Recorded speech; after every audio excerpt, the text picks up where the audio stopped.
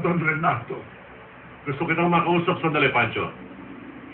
Alam kong alam mo na magkakaroon na tayo ng kaugnayan. Wala ka ba masasabi?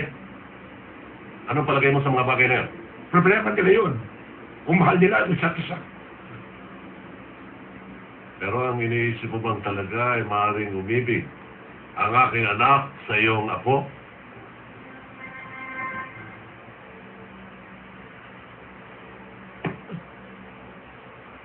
Aba, Padre, hindi ko alam na marunong pala kayo humarang ng bola. Hayaan nyo, pag nagtayo ako ng team, isasali ko kayo. Yan ang posisyon nyo. Ano may tutulong ko, Padre? Gusto kitang ulimakos. Sige po, Padre. Kahapon ay nag-uusap tayo tungkol kay Marimar. Sinabi mo sa akin, huwag ako mag-alala sa kanya na hindi mo siya sasaktan. Totoo po yun, Padre. Pero nalaman ko na inalok mo siya ng kasal. Sinabi mo sa kanya sa Sabado mo siya pakakasalan sa hustisya sa bayan. Anong gusto mo sa kanya? Ang ipahamak siya dahil sa kasinungalingan at iwanan siya? Hindi ako nagsisinungaling, Padre. Sa Sabado, pakakasal ako si Marimar. At matutuwa ako ng gusto kung kayong tatay yung testigo. Eh, bakit po hindi ako maaaring ibigin seryo, ha? Dahil malaki ang diferensya niyo sa isa't isa.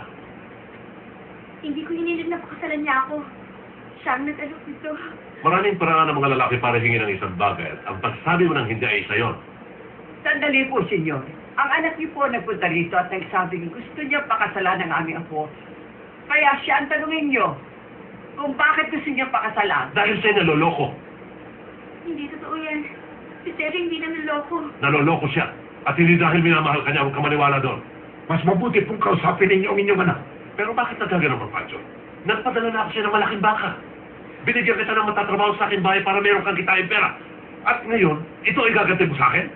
Bakit mo sinasabi sa akin yan? Hindi ako nagkakamali na ang apo mo ay binigay ang sarili kay Sergio. At dahil ang aking anak ay may tampus sa akin at sa aking asawa, para makaganti siya, minabuti na lamang niya magpakasal sa batang ito. Gusgusin nga siya at mahirap. Tama, Don Renato. Pero sandali, kung ang inyong anak ay pumirma sa lisensya ng kasal, dapat wala akong pakialam. At hindi ako tututol kung mahal ng isang lalaki ang isang babae. Pakakasalan niya ito. At kung gustong pakasalan ng inyong anak, si Marimar, dahil sa mahal niya ito, Mukhang hindi ka madaling kumbinsin mo, Pancho. Mabuti pa. Bibigyan ko kayo ng proposisyon.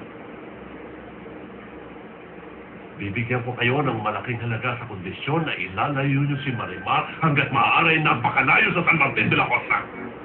Ano masasabi mo?